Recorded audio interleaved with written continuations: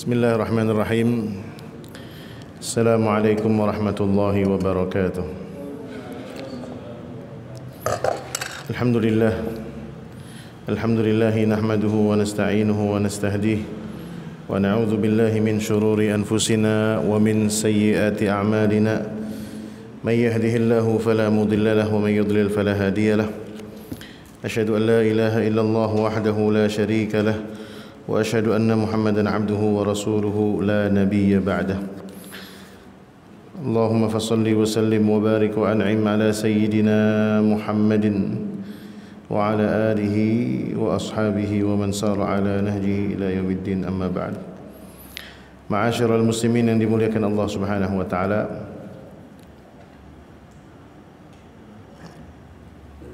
Alhamdulillah, pada kesempatan malam hari ini kita kembali melanjutkan pembahasan kita terkait As-Sirah An-Nabawiyah. Pekan yang lalu kita sudah membahas, sudah sampai di tahun ke-10 Hijriah, di mana Rasulullah SAW melewati satu guncangan yang dahsyatnya luar biasa, yaitu ditinggal wafat, ditinggal meninggal oleh kedua orang yang menjadi sosok penting dalam perjalanan dakwah Rasulullah SAW. Yang pertama yaitu wafatnya paman beliau yang bernama Abu Talib. Dan Abu Talib seperti yang sudah kita bahas, meninggal dalam kondisi kekufuran. Dan ini pelajaran besar bagi kita, bagaimana terkadang orang yang berada dalam lingkaran kebaikan itu sendiri belum tentu akan menjadi orang baik. Sering kita temukan, kalau istilah di Indonesia itu namanya oknum. Ada orang yang profesinya guru tetapi melakukan sebuah asusila. Jangan salahkan dunia pendidikannya, jangan salahkan sekolahannya, tetapi itu adalah oknum. Kenapa? Bisa jadi dia ini, guru ini adalah orang yang berada di lingkungan kebaikan tetapi tidak mengambil manfaat dari kebaikan. Kebaikan itu tidak sampai menjadi hidayah masuk ke dalam hatinya, sehingga perilakunya ini tidak mencerminkan keilmuan. Oleh karenanya, sedikit cerita, saya yayasan saya itu membawahi beberapa sekolah, di antaranya adalah SDIT. Saya dalam beberapa kebijakan terakhir ini 3 tahun belakangan menegaskan tentang beberapa hal yang berkaitan dengan perilaku dari bukan hanya murid tetapi pegawai sekalipun, OB, security, apalagi guru, tenaga pendidik maupun tenaga kependidikan. Kenapa? Karena bisa jadi pendidikan itu akan runtuh gambarannya disebabkan karena oknum. Misalnya, kita mengajarkan kebaikan dalam dunia pendidikan kita, anak-anak diajarkan tentang akhlak, tentang ilmu, tentang Al-Quran, ngafalin Quran. Kemudian ada berita gurunya selingkuh, sesama guru terlibat dalam tali asmara. Waduh, mending kalau jomblo sama jomblo, kalau bujang sama gadis, itu sih bukan selingkuhan, namanya jodoh. Kita kawinin, kita amprogin, bahasa Betawi begitu. Tapi yang satu istri orang, yang satu suami orang, apa ceritanya? Dan kalau itu terjadi di sekolah, orang nggak mandang, Pak, itu sekolah siapa. Tapi ketika pimpinannya Ustadz Abdul Atik, wah, habis sekolah kita. Kacau nih sekolah, pimpinannya kagak bener, gurunya sampai melakukan tindakan bermasalah. Memang tidak pernah terjadi di sekolah saya, tetapi ini tindakan preventif. Peraturan itu dibuat bukan hanya karena pernah ada kejadian. Jalanan licin, Pak, berkelak-kelok. Waduh. Ada peringatan, hati-hati, jalan licin. Ketika ada orang baca peraturan itu ketika di musim panas nggak ada hujan, Kalau orang yang bacanya nggak bijak mengatakan, wah peraturan kagak bener nih, licin dari mana, jalanan kering begini dibilang licin, betul nggak Pak? Tetapi ini preventif. Begitu juga sama. Oleh karenanya ketika kita melakukan sebuah kebaikan, ada orang di sekeliling kita dalam kebaikan, bisa jadi dia belum memahami tentang konsep kebaikan itu, dan itu perlu disampaikan. Ketika Al-Manar Masjid punya kegiatan yang beragam, Idul Adha, Ramadan, Muharram, santunan yatim piatu, atau apapun melibatkan anak muda. Sekarang itu ada namanya pendidikan berbasis karakter Pak. Dan ini penting juga, perlu kita terapkan di pemuda-pemuda kita di masjid. Bilangin, kenapa kita harus terlibat dalam kepanitiaan Idul Adha. Jelasin Pak, alasan-alasan syariatnya dijelaskan, kisah sejarahnya dijelaskan, supaya mereka itu berangkat dari rumah, sepulang dari sholat Idul Adha berangkat ke masjid, itu semangatnya semangat benar-benar semangat ukhrawi Pak. Bukan cuma semangat pakai seragam panitia Idul Adha gitu. Seragam panitia ada gambar sapinya. Waduh. Udah gitu bawa golok dari Bang Temizin, gede-gede banget goloknya. Nyampe di masjid, ayo ente potong kambing. Wah, nggak berani saya. Semangatnya beda. Sehingga ketika dia menjadi bagian dari panitia apa? Panitia santunan yatim piatu dan duafa, semangat dia. Cuma bagian nakerin beras doang. Ente tugasnya bukan distribusi, tapi ente tugasnya nakerin beras. Satu plastik 3 liter. Semangat dia paham. Kenapa? Yang saya mau bagikan ini, orang yang mendapatkan manfaat dari amalan saya ini adalah orang-orang duafa, yang kalau doa bisa jadi doanya akan dikabulkan oleh Allah Subhanahu wa taala. Luar biasa Pak. Dan ini harus dijelaskan. Anak kita ketika kita ajak sholat Jumat, anak kita ketika kita kasih duit hari Jumat, nih Bang, uang 10.000, ntar pergi sholat Jumat di Al-Manar, masukin ke tromol. Tuh anak, kalau dia punya anak akal kritis Pak, otak kritis, dia pasti bilang, Abi aja masukin sendiri, kenapa nyuruh saya? Emang Abi kagak bisa? Emang Abi kagak Jumatan? Betul nggak? Perlu disampaikan karakter pendidikan itu. Nah, ini hari Jumat, bukan berarti sedekah di hari lain kita nggak bisa dapat pahala, enggak. Tetapi melakukan kebaikan di hari Jumat itu pahalanya akan berlipat ganda.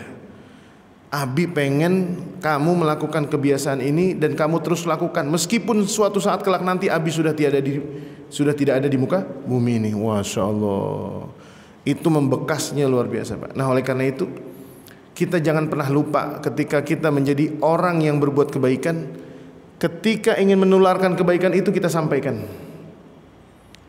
Berjilbab, anak kita yang sudah gadis beranjak dewasa, menjelang menstruasinya, menjelang masa usia akil balignya, ketika kita mewajibkan jilbab, dia tidak cuma sekedar melihat ibunya berjilbab, enggak. Dia memahami bahwasanya alasan kewajiban dia berjilbab adalah karena kewajiban sebagai muslimah harus menutup aurat.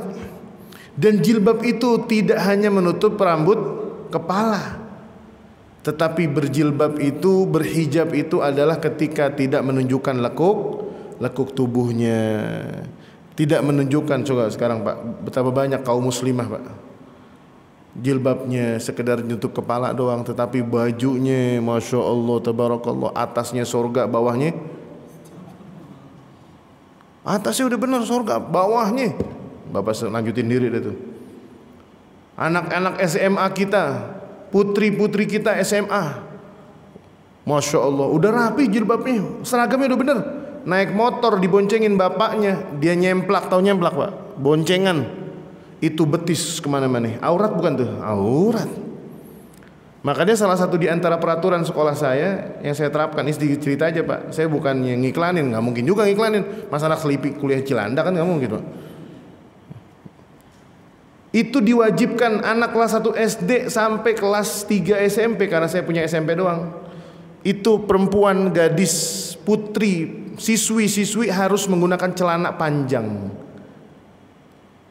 yang bahkan dianjurkan bukan legging, bukan yang ketat, celana kulot. Kenapa? Kalau dia pulang sekolah, berangkat sekolah, diboncengin ayahnya, diboncengin tukang ojek, auratnya terjaga. Gimana mungkin nih anak pulang habis belajar Al-Quran, habis belajar ilmu agama, pulang auratnya ngablak, sengablak-ngablaknya. Padahal di bednya tertulis sekolah dasar Islam, nggak pakai terpadu. Kalaupun itu terpadunya dibuang, Islamnya dibuang, cukup sekolah aja. Itu kalau kata Ki Hajar Dewantara, tanggung jawab moralnya itu melebihi profesi apapun, Pak. Orang yang berkaitan dengan yang namanya sekolah. Kembali kepada kisah Abu Thalib, pelajarannya kesedihan Rasulullah SAW terhadap sosok orang yang pernah menjadi penyokong dakwah. Bukan hanya sekedar dari kehidupan Rasulullah menjadi seorang nabi, tetapi ketika beliau sudah diasuh sepeninggal kakeknya Abdul Muttalib, pindah ke tangan Abu Thalib, diasuh. Beliau nikah yang melamarkan Abu Thalib. Beliau menjadi seorang nabi yang ngejaga Abu Thalib, yang membela Abu Thalib. Tetapi di akhir hayatnya, pelajaran bagi kita adalah bahwasanya hidayah itu adalah milik Allah semata, bukan milik siapa-siapa. Allah mengatakan innaka la tahdi man ahbabta walakinnallaha yahdi man yasha. Enggak bisa udah, Pak. Anak kita, anaknya ustadz, anaknya kiai, anak ulama, akhlaknya ada yang begujalan nggak? Ada yang begujalan, Pak. Akhlaknya brengsek, anak kiai, anak ulama, akhlaknya bejat, ada. Jangankan anak kiai, anak nabi yang kafir aja ada. Tapi bukan Nabi Muhammad. Siapa? Nabi Nuh alaihi salam contohnya. Nabi Ibrahim siapa? Ayahnya yang menentang dakwah. Tetapi Allah menasihati kepada Nabi Nuh, innahu amalun ghairu salih. Wahai Nuh, itu anakmu itu bukan amal yang baik. Udah nggak perlu ditangisin. Kita sebagai pihak eksternal ketika menemukan fenomena ustadz anaknya brengsek, anaknya jelek, akhlaknya bejat, jangan dikomentarin. Komentarnya begini, kacau nih ustadz, ceramah di mana-mana, ngajar di mana-mana, muridnya banyak, muridnya pada benar-benar jadi orang soleh, anaknya kagak diurusin. Bukan, saudara, nggak mungkin nggak diurusin. Tetapi ini adalah ujian dari Allah Subhanahu Wa Taala. Makanya di Arab Saudi itu pernah ada cerita, Pak. Ada seorang Arab pengusaha, anaknya 8, perempuan, laki, semuanya soleh solehah. Sampai dia udah sepuh, itu anak kagak ada yang begini-begini, Pak. Lempeng semua, Pak. Ditanya sama orang, sampai mereka udah nikah semua, 8-8-nya nikah, punya anak, jadi cucu udah banyak. Itu anaknya nggak ada yang begini-begini, Pak. Lempeng semua, Pak, akhlaknya. Suatu waktu beliau pernah diundang oleh salah satu majalah. Ini karena fenomena keluarga jarang nih, semuanya soleh semuanya, Masya Allah. Ditanya oleh salah satu majalah tentang keluarga, apa rahasianya Anda mendidik anak? Kok bisa jadi anak yang soleh dan soleh? Jawabannya apa, Pak? Saya melakukan semua yang dilakukan oleh orang-orang sini, nggak ada yang berbeda. Tetapi saya ingat saya punya amalan dulu dari sejak saya masih bujang sampai sebelum saya mau nikah, sampai nikah, punya anak, punya cucu. Ada satu doa yang gak pernah saya tinggalkan ketika saya sujud. Doanya apa? Rabbi habli minas salihin, Rabbi habli minas salihin. Berapa kali dibaca? Kata beliau, tanpa batas. Saya baca sebanyak-banyaknya, sebanyak harapan saya memiliki, ingin punya anak dan keturunan yang soleh dan solehah. Makanya, Pak, punya anak soleh itu nggak asal sejentik jari doang. Anak udah disekolahin, udah dipesantrenin, udah dikuliahin, kagak jadi anak soleh. Banyak kan begitu, Pak. Perlu ada sentuhan langit, perlu ada sentuhan hati. Makanya dalam bimbingan orang tua di sekolah-sekolah kami itu, kami menganjurkan, ditanya, Bapak, Ibu sudah berapa kali mendoakan anaknya ketika anaknya sedang tidur? Jangan doain cuma di sholat. Itu juga kadang kagak sholat, kagak doa tuh lagi sholat. Habis bubar sholat doain, kagak, menyelonong-nyelonong aja. Allahumma lantas jalan. Berapa sering kita, anak kita jam 9 malam, jam 10 malam udah pada tidur, kita datang ke kamarnya, yang laki yang perempuan, rapihin selimutnya, matiin lampunya. Kita dalam kondisi berwudu, tangan kita yang hangat ini Pak menyentuh kening dia Pak. Kita bacain a'udzu bikalimatillahi tammati min syarri ma khalaq. Kita bacain ayat kursi Allahu la ilaha illa huwal hayyul qayyum. Masyaallah Pak. Itu anak kalaupun dia udah tidur pules pasti sampai berkahnya orang tua kepada doa itu anak. Kalaupun dia belum tidur, dia pura-pura tidur, itu akan menjadi benih kesolehan mereka. Dia akan mengalirkan air mata ketika dewasa. Ya Allah, itu tangan orang soleh ya Allah. Itu tangan orang tua saya paling cinta ya Allah. Jangan engkau cabut nyawa ayahku, jangan engkau cabut nyawa ibuku, sampai aku bisa menjadi anak soleh yang membanggakan orang tuaku. Masya Allah Pak. Berapa sering kita setiap malam? Saya ngomong kayak gini karena saya pernah merasakan kehangatan tangan orang tua saya setiap malam. Dia datang ke kamar saya, dia rapihin selimutnya, bantalnya disiapin, lampunya dimatiin, ditiup ubun-ubun saya Pak. Dia baca Allahu la ilaha illa huwal hayyul qayyum, dibacain Rabbi habli minas shalihin, Rabbana Rabbi la tadharni farda wa anta khairul warithin, Rabbana hablana min azwajina wa dzurriyyatina. Ditiup. Saya kadang sesekali lagi pura-pura tidur. Udah mau tidur, Abi masuk nih. Dia peluk kita dari belakang, ubun-ubun kita ditiup. Masya Allah itu Pak. Ketika beliau sudah tiada, yang kita rindu adalah itu. Dan itulah yang akan menjadi benang buat anak kita ketika mereka akan kembali ke jalan Allah Subhanahu wa Ta'ala. Nah, mulai malam ini praktekin Pak. Meskipun belum bisa setiap malam Ustaz, semampunya datang ke kamar anaknya, doain satu-satu. Ustaz, kagak apal doa Ustaz tadi, susah banget, ribet. Pakai bahasa Indonesia nggak apa-apa, pakai bahasa Jawa bisa nggak apa-apa. Yang penting doain anaknya. Kemudian peristiwa yang kedua Bapak Ibu sekalian berbahagia, yaitu kematian, wafatnya Sayyidah Khadijatul Kubra, wafat di tahun ke-10. Dan ini sudah kita ceritakan bagaimana Khadijah yang memberikan keturunan kepada Rasulullah SAW. Sayyidah Fatimah Az-Zahra, kemudian Zainab bintu Muhammad, kemudian Ruqayyah, yang keempat adalah Ummu Kulthum, kemudian yang laki-laki adalah Al-Qasim. Adalah putra dan putri yang dilahirkan oleh Khadijatul Kubra. Ada satu lagi siapa? Abdullah. Sementara Ibrahim itu adalah yang dilahirkan oleh Maria Al-Qibtiyah. Kemudian Bapak Ibu sekalian berbahagia, kita lanjutkan peristiwa setelah itu. Rasulullah SAW pamannya sudah wafat, pamannya wafat, istrinya wafat.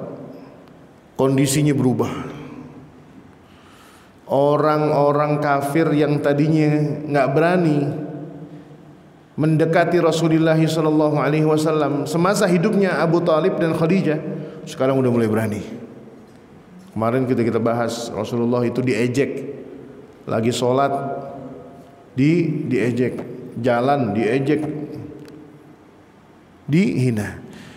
Dari situlah kemudian terjadi peristiwa bagaimana Rasulullah SAW berpikir mencari solusi dan jalan keluar dari kondisi dakwah Rasulullah SAW, yaitu apa? Berhijrah ke negeri atau kota yang disebut dengan Taif. Ini kota nama aslinya At-Taif sebenarnya, bukan Taif saja tapi At-Taif. Ini peristiwa Rasulullah SAW pergi ke Taif untuk ekspansi, ngecek ke Habasyah, tidak menuai keberhasilan yang berarti. Ke Taif harapannya bisa kalau Rasulullah SAW nanti akan pindah dari Mekah menuju Taif. Rasulullah SAW pergi ke sana, ke Taif dengan salah satu sahabatnya, yaitu yang bernama Zaid bin Harithah. Zaid ibnul Harithah ini dalam riwayat disebutkan seorang budak yang kemudian nanti beliau itu akan dibahas di dalam Al-Quran sebagai anak angkatnya Rasulullah SAW. Ini Zaid bin Harithah anak angkat Pak, ingat nih Pak nih. Nih ingat-ingat kisahnya nih Pak. Zaid bin Harithah itu menjadi anak angkatnya Rasulullah SAW, kemudian dibatalkan. Di dalam Islam itu yang namanya anak angkat cuma istilah, tetapi tidak merubah hukum asalnya. Jadi anak angkat itu bukan berarti kemudian itu anak menggunakan nasab ayahnya. Misalnya saya, orang Indonesia kan perasaannya gampang Pak, deket nih sama anak, waduh, apalagi misalnya teman anaknya. Saya misalnya punya anak saya punya teman, saking akrabnya tuh anak, dari mulai kecil nginep di rumah kita, udah kebiasaan ngelihat aurat istri kita misalnya, padahal nggak boleh, betul nggak? Hidup, waduh, udah ngerasa dekat. Nih anak ketika udah dewasa, usia SMA, kuliah, saya sebagai orang tua mengatakan kepada teman anak saya, udah kamu udah jadi anak angkat saya udah. Ini bisa jadi gambaran seperti itu di Indonesia. Ada lagi anak angkat mengadopsi, bener nggak? Adopsi, belum punya anak, belum punya keturunan, dicari adopsi. Anak sepupunya diasuh, anak orang lain diasuh. Kemudian ketika mengurus kartu keluarga, dia tulis nama ayahnya dia yang mengadopsi, ibunya istrinya dia. Ini gambaran yang itu, gambaran yang ini dalam Islam tidak boleh Pak. Makanya kalau kita mau mengadopsi anak, pikirkan baik-baik. Itu anak mau diapain juga, kecuali udah disusuin dari kecil. Itu pun menjadi anak namanya al-akhlir radha'ah, anak persusuan. Dia tidak akan merubah, nggak dapat waris, nasab juga nggak berubah, cuma berubah dalam hukum mahram saja. Kalau anak yang susuan, dia boleh ketemu ibunya, nggak pakai jilbab. Anak susuan, dia boleh salim sama ibunya, tapi dengan syarat yang dipenuhi. Kalau bahasa iklan S dan K, syarat dan ketentuannya berlaku. Nggak cuma nempel sekali, nyedot ASI sekali selesai, enggak, harus 5 kali susuan. Dan itu susuannya mengenyangkan. Taunya dari mana Ustaz? Itu anak lagi lapar, susuin ke ibu sambungnya, ibu susuannya. Maaf, bukan ibu sambung, ibu susuan. Biarin, kan anak kecil kan kalau belum kenyang nggak bakalan selesai Pak, nyusu dari susu emaknya. Nyambung terus. Kalau dia udah kenyang, lepas nggak? Lepas. Itu baru satu. Dan itu harus terjadi sebanyak 5 kali. Nah, dalam nasab itu Islam tidak boleh. Dulu Rasulullah SAW ditegur oleh Allah ketika Zaid bin Harithah diganti menjadi Zaid bin Muhammad. Oleh karena itu ditegur oleh Allah Subhanahu wa taala. Dan untuk membatalkannya itu, dulu Zaid bin Harithah menikah dengan seorang perempuan. Dan Allah sendiri yang meminta langsung, ceraikan istrinya Zaid, wahai Zaid, falamma qada Zaidum minha wataran zawwajnakaha likai la yakuna 'alal mu'minina haraj. Supaya menjadi bukti hujjah bagi kaum muslimin bahwasanya anak angkat itu seperti orang lain.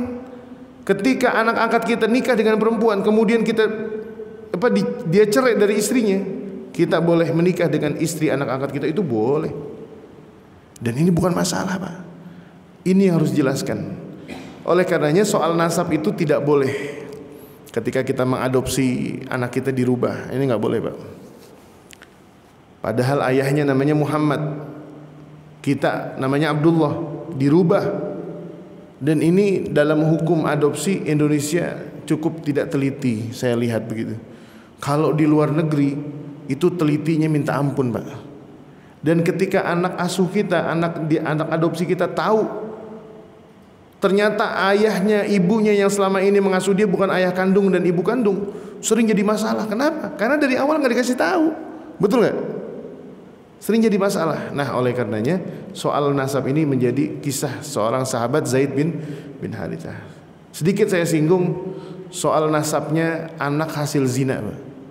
Ini sedikit saya angkat ya, Pak.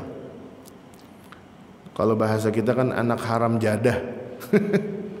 Betul nggak? Ini anak haram jadah nih. Maksudnya itu kalau dalam Islam anak haram itu maksudnya gini. Kalau ada sepasang laki-laki dan perempuan melakukan hubungan suami istri sebelum akad nikah, atau dia selingkuh, dia selingkuh nih, Pak. Ini laki udah menikah punya istri, ini perempuan sudah menikah punya suami. Zina nih, istri orang sama suami orang zina, berkembang biak, tapi haram, punya anak, itu sama juga dengan namanya anak haram. Mau gadis mau nggak gadis, kalau dia berhubungan suami istri belum menikah, maka anak yang didapat itu namanya anak tanpa nasab. Meskipun itu gadis ketika hamil kecelakaan namanya, kemudian dia dinikahi oleh pacarnya yang menghamili dia, tidak serta-merta itu anak yang lahir nanti binnya atau bintinya adalah kepada ayahnya atau kepada suami dari ibunya, itu tidak. Terus dia nasabnya ke siapa, Ustaz? Nasabnya, Islam mengatakan nasabnya ke ibu yang mengandung dia. Kenapa seperti itu? Karena Islam tidak mengakui segala jenis hubungan perzinahan atau yang dilahirkan dari perzinahan itu. Kenapa? Itulah kenapa Islam mengharamkan zina, karena zina itu merusak tatanan masyarakat. Bagaimana tidak sakitnya hati seorang ayah ketika tahu kalau istrinya itu mengandung bukan anaknya dia, tetapi dari buah hasil perselingkuhan istrinya dengan orang lain. Bagaimana tidak sakitnya seorang istri ketika tahu suaminya itu punya anak, bukan istri muda, bukan, tapi zina, tapi berselingkuh dengan istri orang lain. Ini kejam, Pak. Kejamnya luar biasa. Wala taqrabuz zina innahu kana fahishatan. Pertama, fahish, udah buruk seburuk-buruknya. Wasa asabila, dan jalan paling jeleknya luar biasa, Pak. Dan itu naudzubillahi min dzalik. Kita jangan pernah merasa aman dari dosa ini.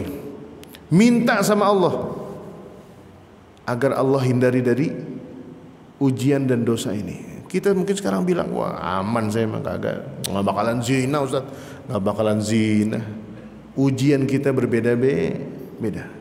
Oleh karenanya Islam itu sebagai bentuk pelajaran adalah anak ini tidak bernasab kepada ayahnya. Kalau dia nanti nikah, ini anak namanya misalnya Komar bin ibunya, bin Siti misalnya. Kalau nanti dia, si ibu Siti ini, setelah menikah dengan orang yang menghamili dia, setelah dia melakukan akad nikah, baru anak keduanya bin bapaknya. Tetapi ketika si anak nih Komar mau kawin, atau perempuan contohnya misalnya Komariah, mohon maaf nih yang punya nama sama, dia mau nikah, walinya nggak boleh bapaknya yang pernah berhubungan dengan ibunya ketika dia masih belum nikah. Yang menjadi wali nikahnya adalah hakim pengadilan agama, Pak.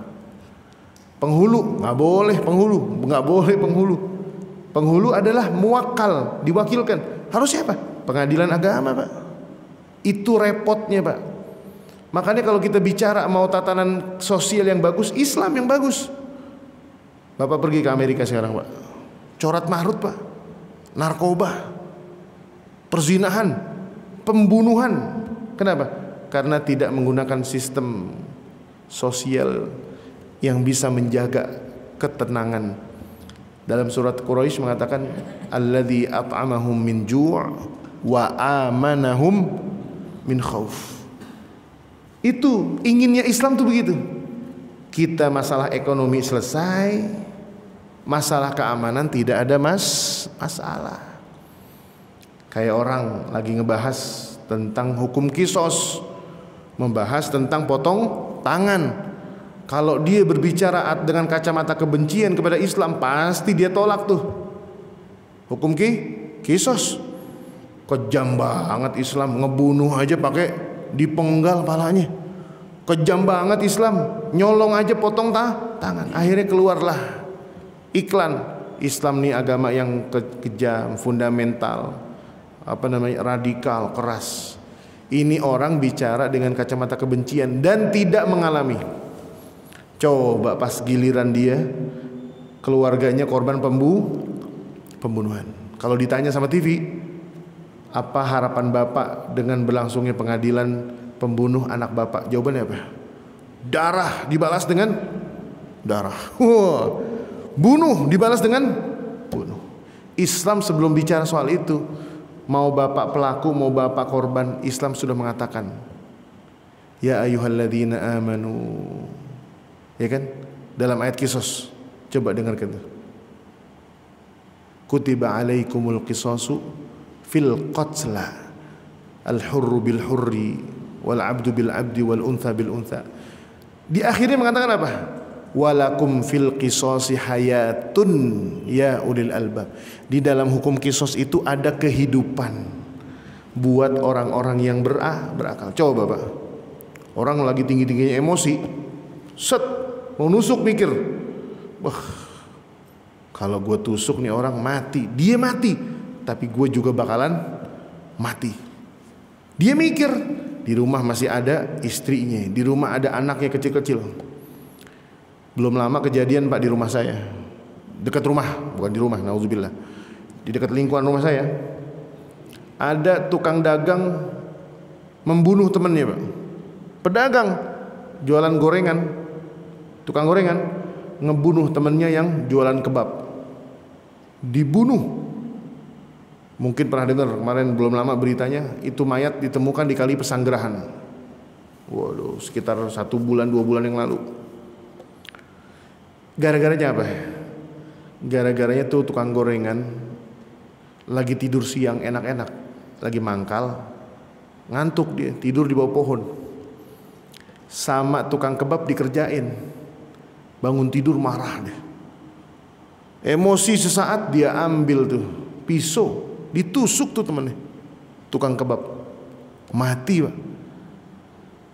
Itu mayat dimasukin ke kantong sampah, dibungkus darahnya kemana-mana, ada CCTV-nya. Dibawa pakai troli, gerobak ke ujung kali, dijual kali.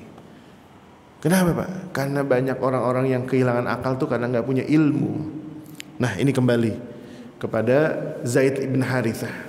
Zaid bin Harithah ini ikut bersama Rasulullah SAW ke Taif. Dalam riwayat disebutkan Rasulullah di Taif 10 hari. Ngapain Rasulullah 10 hari di sana? Rasulullah berdakwah.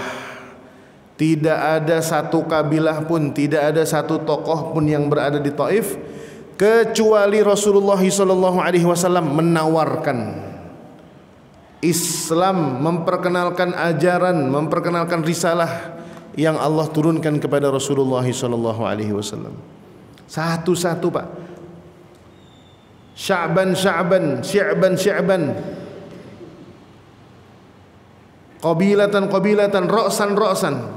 Pemimpin-pemimpin ditawarkan. Sampailah kemudian ketika mereka ditawarkan Islam oleh Rasulullah SAW, itu jawabannya bermacam-macam Pak. Di antara jawaban yang konyol begini nih. Nih supaya kita gede hati Pak. Kalau kita dakwah sama orang, ngajak sama orang diledekin, apalagi nggak direspon, nggak diledekin aja, nggak direspon aja, bukan diledekin nih, nggak direspon, kita nggak usah sedih. Kenapa? Rasulullah dulu jangankan direspon, diledek malah. Ada satu di antara mereka dari salah seorang pemuka di Taif yang bernama Abdulayal dengan Mas'ud dan Hubaib. Ketika Rasulullah mengatakan saya ini adalah utusan Allah, saya mengajak anda kepada Islam, bla bla bla bla panjang lebar. Jawabannya apa Pak? Kata dia mengatakan,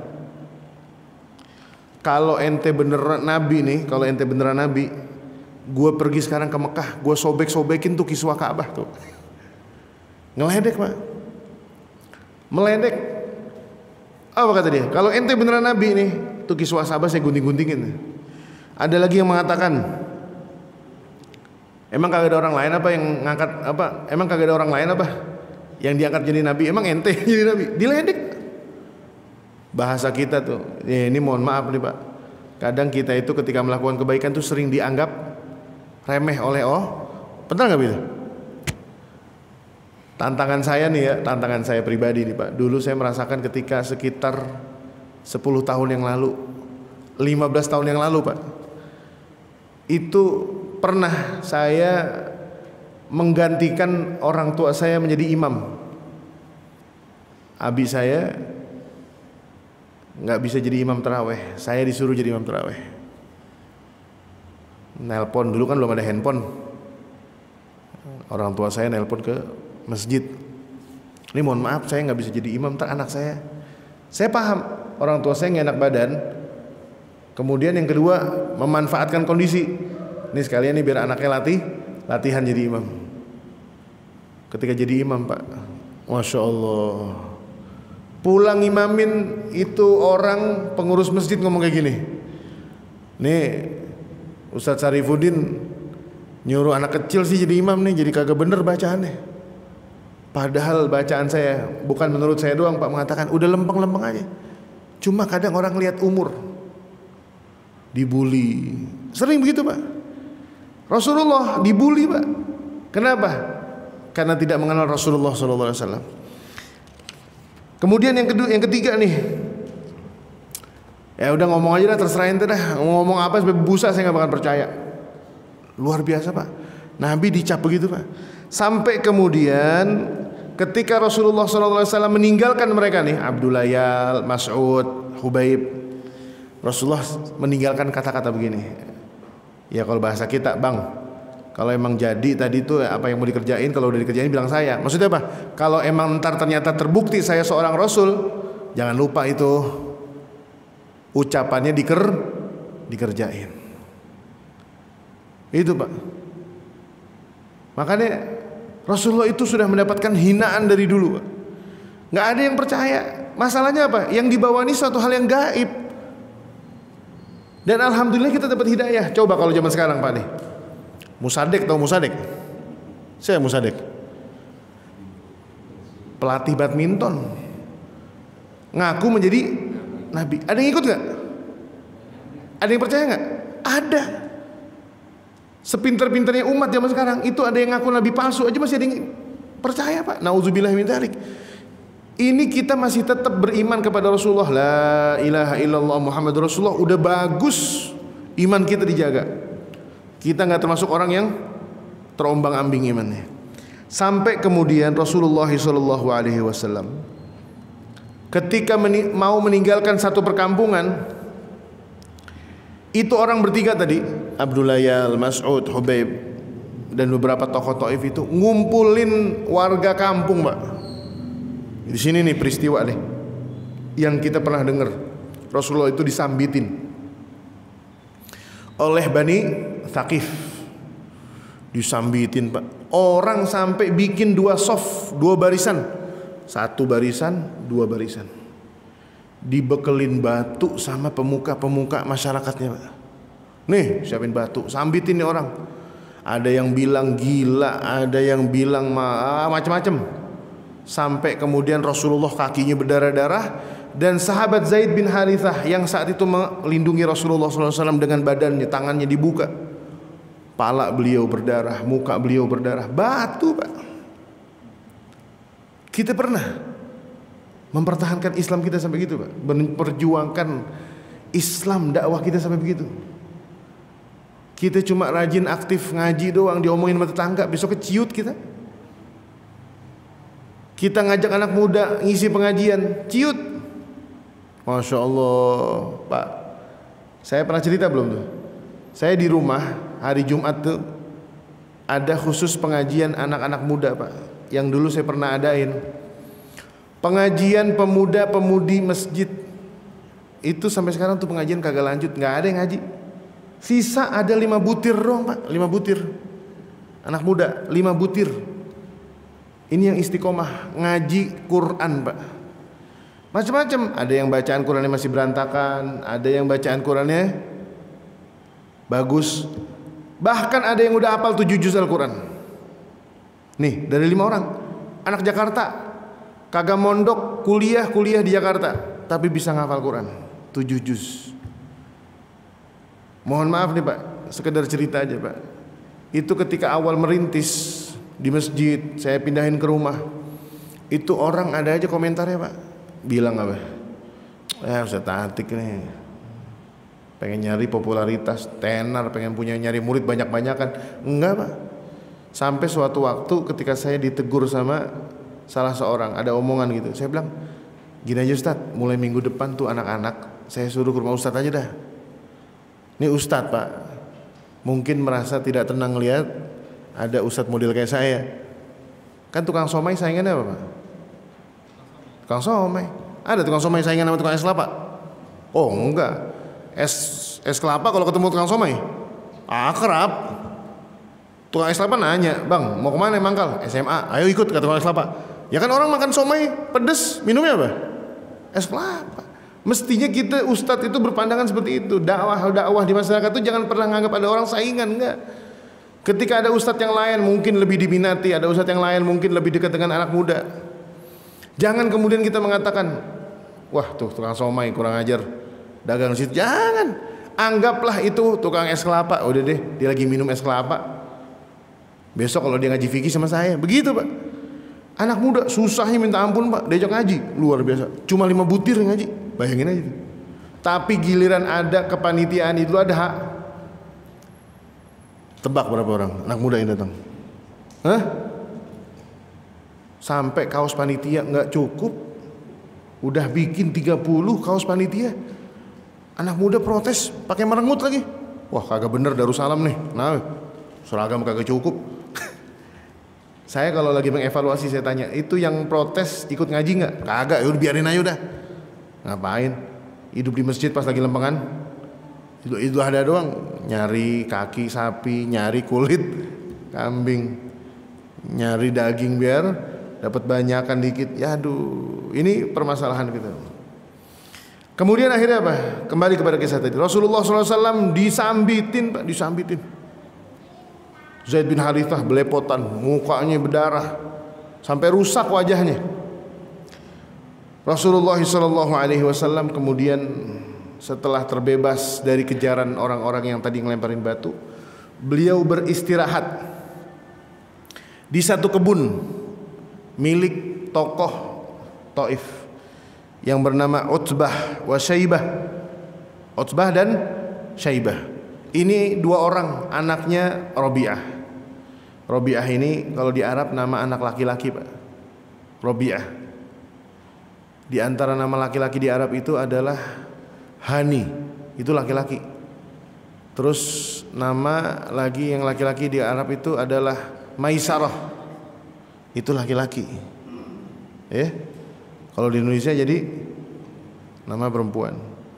Kemudian Rasulullah SAW ketika beristirahat di situ, beliau berdoa, Allahumma ilaika ashku ilaika dha'fa quwwati wa qillata hilati wa hawani amaman nas.